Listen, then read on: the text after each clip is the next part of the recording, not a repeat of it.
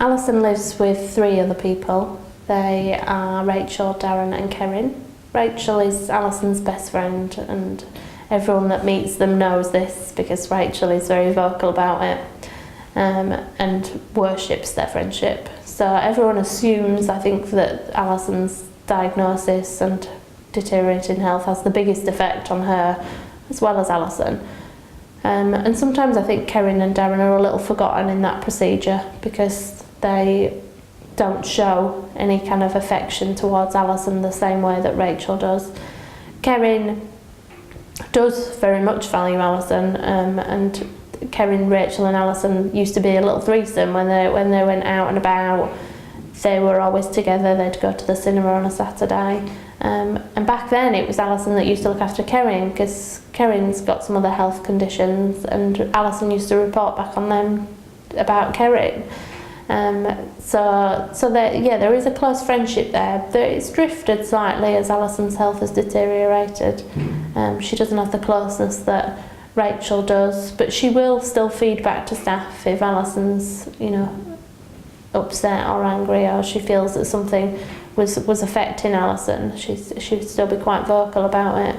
Darren, on the other hand, went through a major sense of fear. He has a huge fear of death, and anyone else dying is included in that.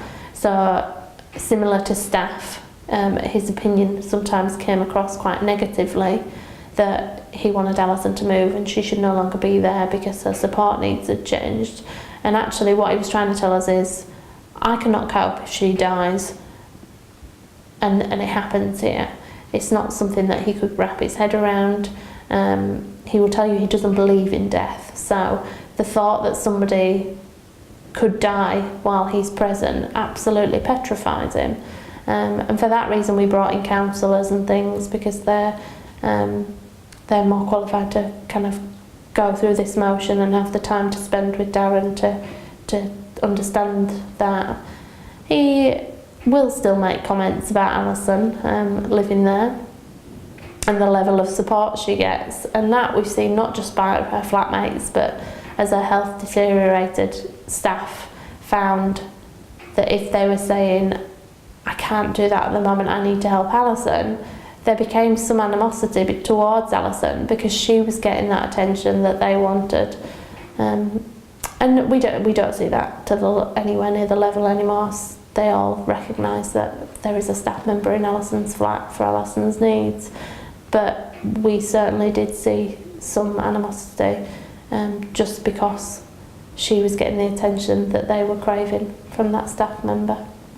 Her flatmates regularly have what we term a flat meeting, and it's just to discuss what changes are going on generally in the flat, and at that point they can air their concerns and worries about Alison if they've got any. So at the beginning, before she was diagnosed and we were seeing slight changes, they would say things like, Alison's not doing her flat chores and it's not fair on us because we have to do our flat chores, and trying to explain that that wasn't then going to come down to them to do the flat chores, and actually staff would do Alison's, was just a bit of relief for them that they were keeping in contact, that we were keeping them communicated about things that were going on in their flat that would affect their lives as well.